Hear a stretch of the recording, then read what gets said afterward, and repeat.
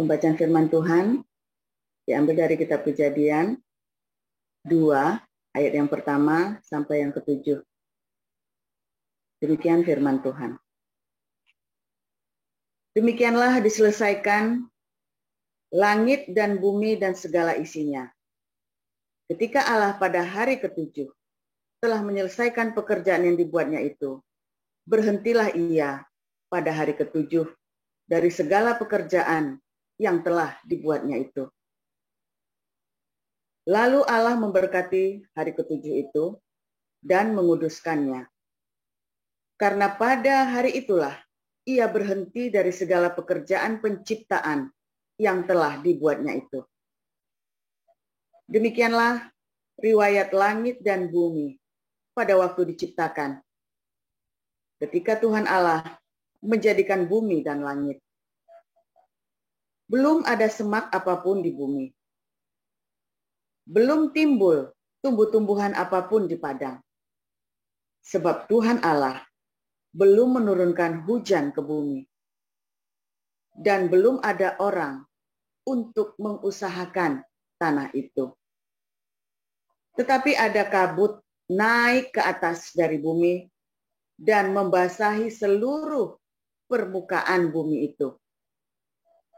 Ketika itulah Tuhan Allah membentuk manusia itu dari debu tanah dan menghembuskan nafas hidup ke dalam hidungnya. Demikianlah manusia itu menjadi makhluk yang hidup. Demikian. Silakan Ibu Sarma.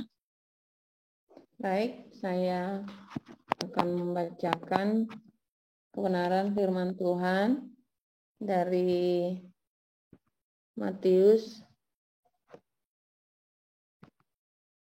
12 ayat 1 sampai 15. Beginilah firman Tuhan. Pada waktu itu, pada hari Sabat, Yesus berjalan di ladang gandum. Karena lapar, murid-muridnya memetik bulir gandum dan memakannya. Melihat itu, berkatalah orang-orang Farisi kepadanya, "Lihatlah, murid-muridmu berbuat sesuatu yang tidak diperbolehkan pada hari Sabat." Tetapi jawab Yesus kepada mereka, "Tidakkah kamu baca apa yang dilakukan Daud ketika ia dan mereka yang mengikutinya lapar? Bagaimana ia masuk ke dalam rumah Allah dan bagaimana mereka makan roti sajian yang tidak boleh dimakan, baik olehnya maupun oleh mereka yang mengikutinya, kecuali oleh imam-imam? Atau tidakkah kamu baca dalam kitab Taurat bahwa pada hari-hari Sabat, imam-imam melanggar hukum Sabat di dalam bait Allah, namun tidak bersalah? Aku berkata kepadamu, di sini ada yang melebihi bait Allah.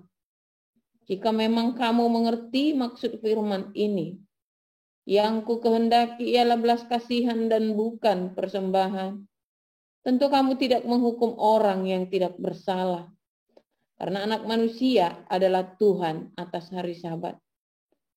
Setelah pergi dari sana, Yesus masuk ke rumah ibadat mereka. Di situ ada seorang yang mati sebelah tangannya. Mereka bertanya kepadanya, "Bolehkah menyembuhkan orang pada hari Sabat?" Maksud mereka ialah supaya dapat mempersalahkan dia.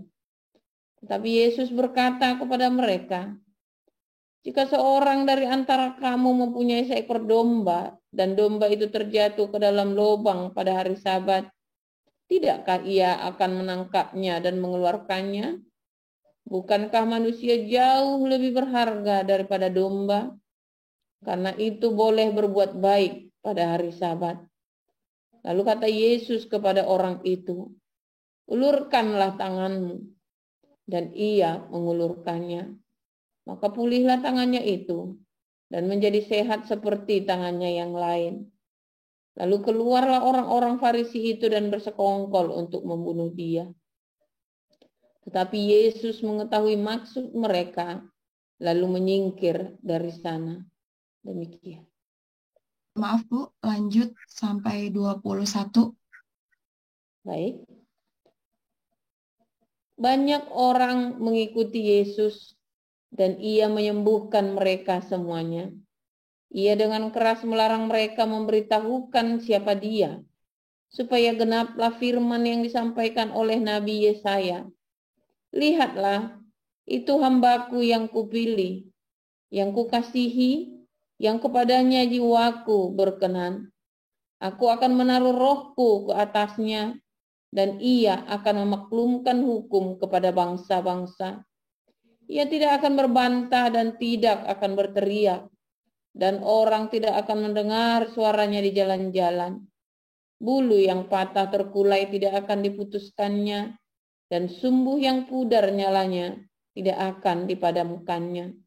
Sampai ia menjadikan hukum itu menang, dan padanya lah bangsa-bangsa akan berharap. Demikian. Silakan Ibu Lilis. Kolose 2 ya. Ayat 16. Karena itu janganlah kamu biarkan orang menghukum kamu mengenai makanan dan minuman, atau mengenai hari raya, bulan baru, ataupun hari Sabat. Semuanya ini hanyalah bayangan dari apa yang harus datang. Sebab sedang wujudnya ialah Kristus. Janganlah kamu biarkan kemenanganmu digagalkan oleh orang yang pura-pura merendahkan diri dan beribadah kepada malaikat, serta berkanjang pada penglihatan-penglihatan dan tanpa alasan membesar-besarkan diri oleh pikirannya yang duniawi, sedang ia tidak berpegang teguh kepada kepala, dari mana seluruh tubuh yang ditunjang dan diikat menjadi satu oleh urat-urat dan sendi-sendi, menerima pertumbuhan ilahinya. Apabila kamu telah mati bersama-sama dengan Kristus dan bebas dari roh-roh dunia, mengapakah kamu menaklukkan dirimu pada rupa-rupa peraturan, seolah-olah kamu masih hidup di dunia?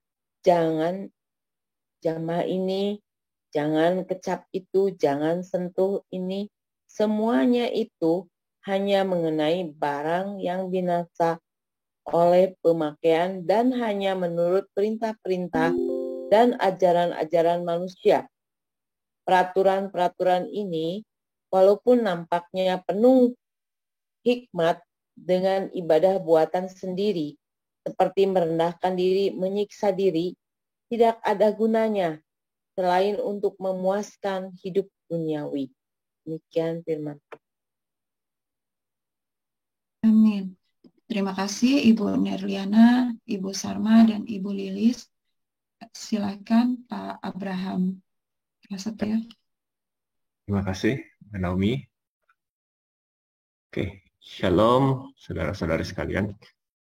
Kesempatan kali ini saya mau sharing mungkin ya lebih tepatnya dari apa yang saya dapat dari firman-firman yang tadi sudah dibacakan. Tema dari renungan pada hari ini saya berikan judul itu Rest Day. Rest Day itu apa itu Rest Day ya? Mungkin kalau buat rekan-rekan ataupun saudara-saudari yang pernah nge-gym atau fitness, itu istilah yang nggak asing ya untuk rest day itu. Jadi kalau para bodybuilder ataupun olahragawan biasa mereka melakukan melatih badannya itu bisa dalam seminggu bisa 5-6 hari. Tapi mereka pasti ada 1 hari minimal untuk beristirahat. Nah, itu yang disebut dengan rest day.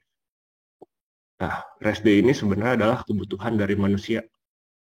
Di mana kalau kita sudah baca tadi di Kejadian bahwa Allah menjadikan langit dan bumi serta seluruh isinya dalam 6 hari dan beristirahat pada hari yang ke-7. Jadi Allah kita sendiri mengambil waktu untuk beristirahat. Dia tidak bekerja secara terus-menerus. Nah, itu juga yang diajarkan kepada manusia.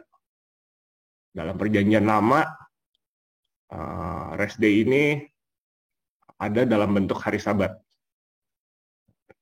Di sini yaitu termasuk dalam 10 perintah Allah, ya, itu perintah yang keempat ya. Nah, kenapa perlu diperintahkan? Kalau kita ingat ya, mungkin kalau buat rekan-rekan yang sudah ikut dalam kelas evangelis ataupun kelas apologetik, bahwa kita perlu mengingat bahwa pada masa itu manusia itu masih belum berpengertian seperti saat ini. Jadi kita tidak bisa membayangkan bahwa manusia saat itu sudah seperti manusia modern sekarang.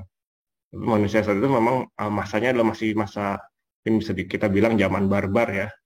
Jadi belum bisa membedakan kanan dan kiri. Jadi yang diberikan dari Allah adalah langsung perintah untuk beristirahat, yaitu dengan menguduskan hari Sabat. Kalau kita bayangkan kan perintah itu diberikan setelah bangsa Israel keluar dari perbudakan. Nah, untuk perbudakan itu mungkin kalau kita bayangin pada masa zaman Mesir ya, Firaun, saat itu kalender seperti apa? Kalender mungkin sudah ada, tapi mungkin belum ada tanggalan ya, tanggalan merah atau hitam seperti sekarang ini. Mungkin buat saat itu untuk para budak, ya mereka bekerja setiap hari. Setelah bekerja baru mungkin ada diberikan waktu istirahat oleh tuannya, tapi kemudian besok akan bekerja kembali. Sedangkan setelah keluar dari perbudakan itu, Tuhan Allah mengajarkan untuk bangsa Israel untuk ada waktu beristirahat. Seperti kalau kita baca juga, kita pelajari bahwa untuk bangsa Yahudi, bangsa Israel saat itu, mereka benar-benar mentaati perintah tersebut, peraturan dari hukum Taurat tersebut, bahkan sampai dengan saat ini. Jadi jika pada saat masa Perjanjian Lama mereka berperang, pada saat hari Sabat, mereka tidak menyerang. Jadi mereka lebih bertahan, dan sampai saat ini pun mereka masih memegang hukum tersebut. Bahkan mungkin sampai cukup ekstrim ya. Kalau dulu ibu saya pernah berkunjung ke Israel, ya mungkin suatu saat nanti saya berharap sih saya bisa ke sana juga.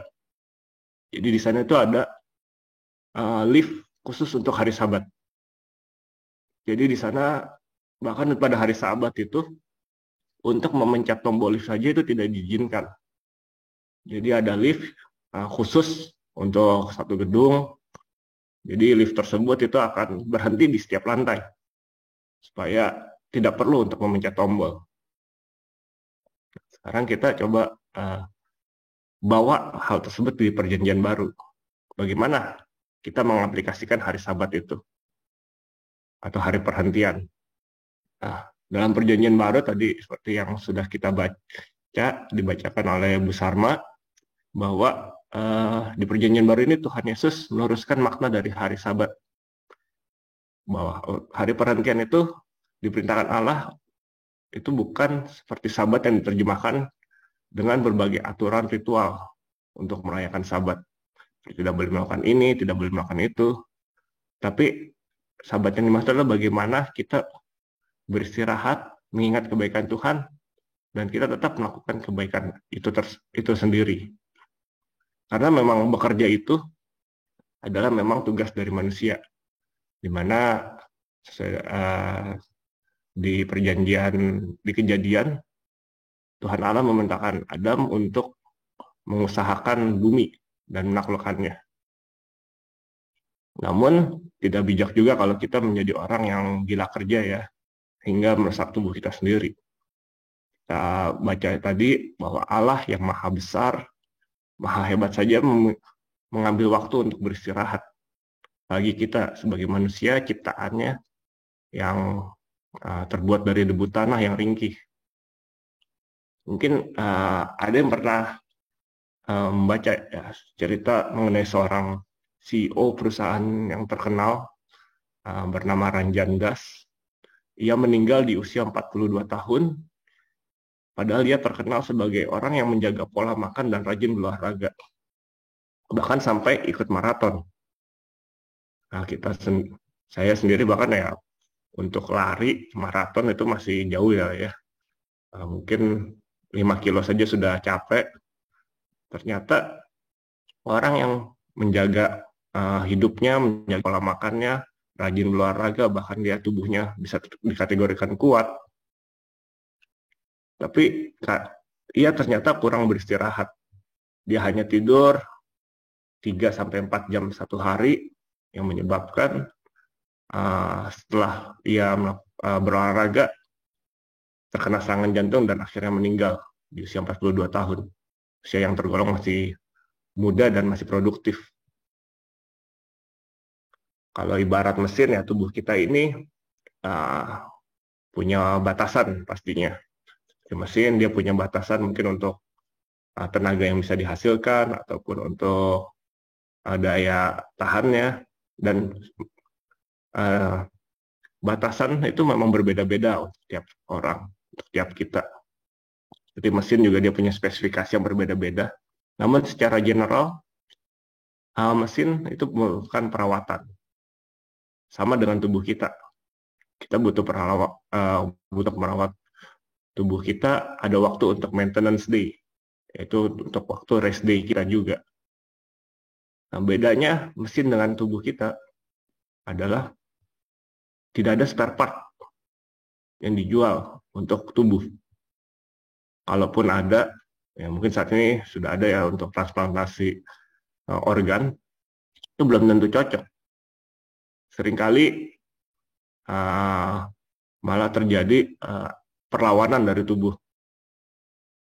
Karena itu kita perlu menjaga untuk tubuh kita. Nah, kalau untuk waktu spesifik di perjanjian baru ini tidak disebutkan lah ya, untuk rest day ini atau untuk hari Sabat. Namun kita tahu bahwa sistem di dunia ini sudah mengakui bahwa manusia ini butuh istirahat. Karena itu kita lihat di kalender, hari Minggu itu pasti tanggalannya merah, dimana memang itu diperuntukkan untuk beristirahat minimal 1 hari dalam 1 minggu. Jadi untuk para pekerja yang bekerja dengan office hour, ada yang mendapatkan 2 hari dalam 1 minggu, atau mungkin ada juga pekerja shift yang bekerja 3 hari, kemudian istirahat di hari berikutnya, atau mungkin ada juga yang seperti saya yang bekerja rotasi.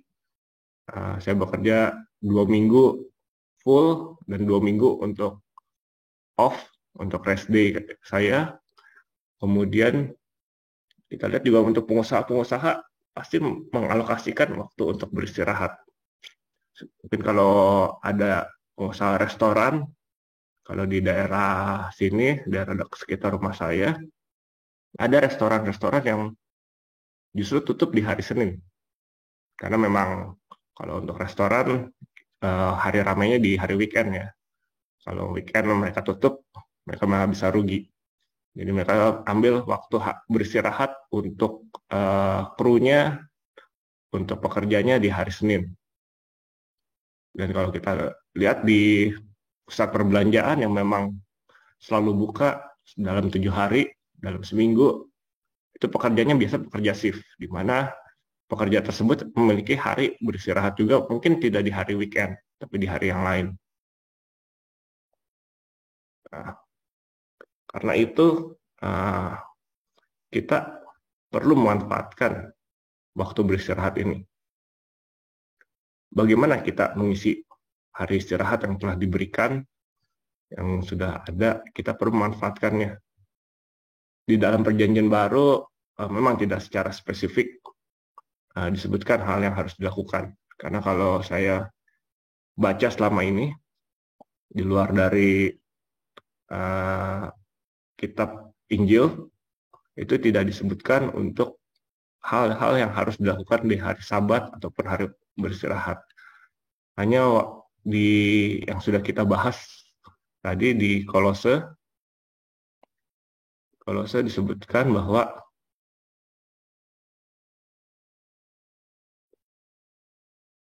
di Kolose yang ayat yang ke-16, karena itu janganlah kamu biarkan orang menghukum kamu mengenai makanan dan minuman atau mengenai hari raya, bulan baru ataupun hari Sabat. Jadi kita jangan terpaku bahwa hari Sabat itu harus begini, harus begitu. Tetapi justru kita lihat bagaimana Tuhan Yesus memaknai hari Sabat itu. Ia tetap melakukan pekerjaan yang baik, melakukan menyembuhkan orang yang sakit di hari Sabat, walaupun orang-orang Farisi, orang-orang Israel saat itu mencoba menjebak dia. Nah, kita memaknai hari Sabat kita itu harusnya seperti itu. Jadi tidak dalam bentuk ritual seperti dalam perjanjian lama dengan peraturan-peraturan yang menjelimet, tidak boleh ini, tidak boleh itu. Namun kita beristirahat bukan dengan tidak melakukan apa-apa juga, tapi kita bisa melakukan dengan refreshing ya, untuk merefresh tubuh kita dan juga pikiran kita. Bisa dengan berkumpul bersama dengan keluarga, atau mungkin untuk bisa melakukan hobi, atau juga yang bisa berdiakonia. Di sini kita dengan melakukan itu kita akan merefresh tubuh kita dan juga pikiran kita, sehingga kita fresh untuk melakukan aktivitas kita, rutinitas kita, pekerjaan kita sehari-hari, yang akan membuat kita menjadi lebih produktif. Karena dengan melakukan Sabat atau melakukan istirahat ini, kita juga melaksanakan perintah Allah, di mana di Perjanjian Baru ini kita sudah tidak terikat dengan hukum Taurat, tapi kita terikat dengan hukum kasih, yang mengatakan bahwa kita harus mengasihi Tuhan Allah dengan segenap hati kita, dengan segenap pikiran kita, dengan segenap akal budi kita. Karena dengan kita mengasihi Allah, kita tentunya akan belajar mengasihi diri kita sendiri. Setelah itu, barulah kita bisa mengasihi sesama kita. Karena kalau kita tidak mengasihi diri kita sendiri, kita tidak bisa mengasihi sesama kita. Jadi kita perlu belajar untuk beristirahat, mengasihi diri kita, belajar untuk mengistirahatkan diri kita, tidak bekerja dengan rodi terus-menerus, karena kita sendiri bukan robot. Kita perlu beristirahat. Bahkan robot pun ada masanya ia perlu untuk melakukan perbaikan ataupun maintenance. Jadi karena itu, saya mengundang untuk kita semua, rekan-rekan di sini, setelah kita bekerja di dalam waktu kerja yang telah ditentukan sesuai dengan pekerjaan kita, jika kita memiliki waktu istirahat, gunakanlah waktu tersebut dengan sebaik, agar kita dapat merefresh diri kita sesuai dengan kebutuhan kita, dan juga kembali bekerja dengan lebih produktif, sehingga kita bisa memuliakan Tuhan kita. Sekian mungkin renungan yang bisa saya bagikan pada pagi hari ini. Kiranya bisa memberkati kita semua. Tuhan Yesus memberkati.